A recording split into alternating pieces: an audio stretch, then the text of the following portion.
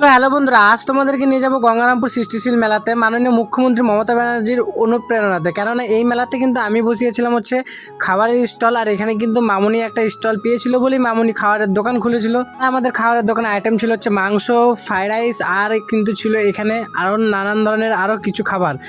আর এখানে কিন্তু অতি স্বল্প মাত্রায় খাবার দেওয়া হচ্ছিল, মাত্র 50 টাকা প্লেট। 2 পিস চিকেন আর ফ্রাইড রাইস দিয়ে কিন্তু মাত্র 50 টাকা এই মেলার হচ্ছে খাবারের দোকান যেটা আমরা বসেছি। আর এখানে কিন্তু আরও নানান ধরনের নানান জিনিস বসেছে। মানে গাইস, তোমাদেরকে পুরোটা না দেখালে তোমরা বুঝতে পারবে না। জাস্ট এটুকু বুঝে রাখো যে এই মেলাতে কিন্তু আমিও একটা স্টল দিয়েছি, আর মেলাতে কিন্তু প্রোগ্রাম হচ্ছে। আর এই মেলার বিশেষ আকর্ষণ ছিল হচ্ছে এই মেলার পুরুলিয়ার বিখ্যাত ছৌ নাচ। আর হ্যাঁ বন্ধুরা, এই মেলাতে কিন্তু বাঁশের তৈরি খুব সুন্দর হাতে কাজের জিনিস রয়েছে। আর এত ভিড় কিসের ভিড় গাইস? পুরুলিয়ার বিখ্যাত ছৌ নাচ দেখার জন্য কিন্তু পাবলিকের এতটা ভিড়। আর এই দেখো, এই হচ্ছে পুরুলিয়ার বিখ্যাত ছৌ নাচ। আজকের মতন এটুকুই।